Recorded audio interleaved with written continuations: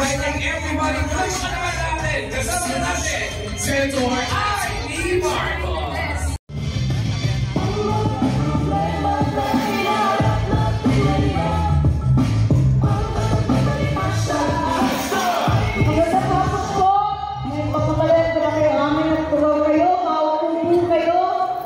Maraming salamat sa pag-imbita na naman sa akin. Hindi kayo nagsasawa sa pabalik-balik ko dito sa tropa ng CIA, bayanihan ng KBL.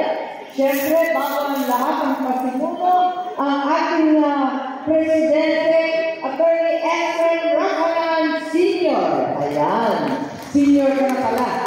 Ang ating mga PNP, Colonel Bermudez, Colonel Saro, Colonel Damaso, and the 15 Board of Trustees, the Vice Presidents, Puyao from Luzon, NCR Bolina, NCR and Visayas,